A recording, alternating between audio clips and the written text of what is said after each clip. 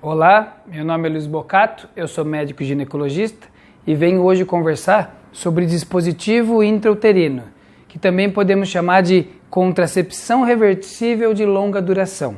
A ideia desse vídeo é fazer com que as pacientes possam chegar no consultório médico já com algum conhecimento em relação ao DIU e, óbvio, discutindo com o médico se esse é o método correto para aquela paciente, para aquela situação.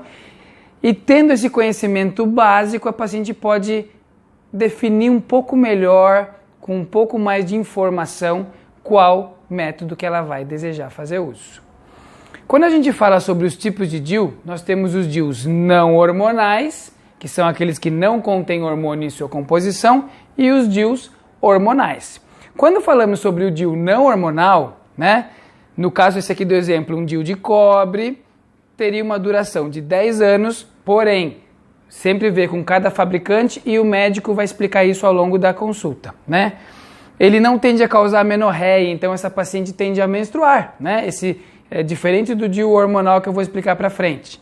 E o uso indicado, contracepção. Então esse DIU é para aquela paciente que, desde que tenha indicação, uma boa avaliação médica, e essa paciente que não deseja fazer uso de hormônios. Então o DIU de cobre pode ser uma opção para essa paciente. Quando falamos sobre o DIU hormonal, tem hormônio na sua composição, duração nesse daqui do exemplo, 5 anos. Também podemos chamar o DIU hormonal de sistema intrauterino, No caso desse sistema intrauterino, liberador de levonorgestrel. Ele tende a causar amenorreia, então essa paciente tende a não menstruar durante os meses seguintes à colocação do DIU e assim permanecer pelos outros anos. Uso contracepção, assim como o DIU não hormonal, e ele pode ser usado nas pacientes que têm o que a gente chama de sangramento uterino anormal. O médico vai avaliar e ver se essa paciente pode fazer uso do DIU hormonal no caso de um sangramento uterino anormal, sempre após a avaliação médica.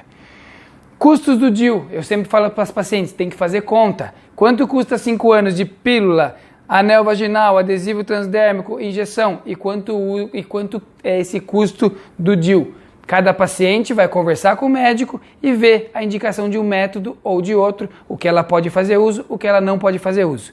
Mas eu também gosto de falar do custo não financeiro, mas do custo de planejamento. Às vezes essa paciente não era aquele momento dela engravidar, ela está fazendo um curso, ela está estudando, não é o momento dela engravidar. Então, quanto custa uma gravidez no momento não ideal da vida e a colocação de um DIU? Isso é discutido com o médico. Sempre o médico que vai passar esses custos, no caso na inserção de um DIU dos diferentes tipos.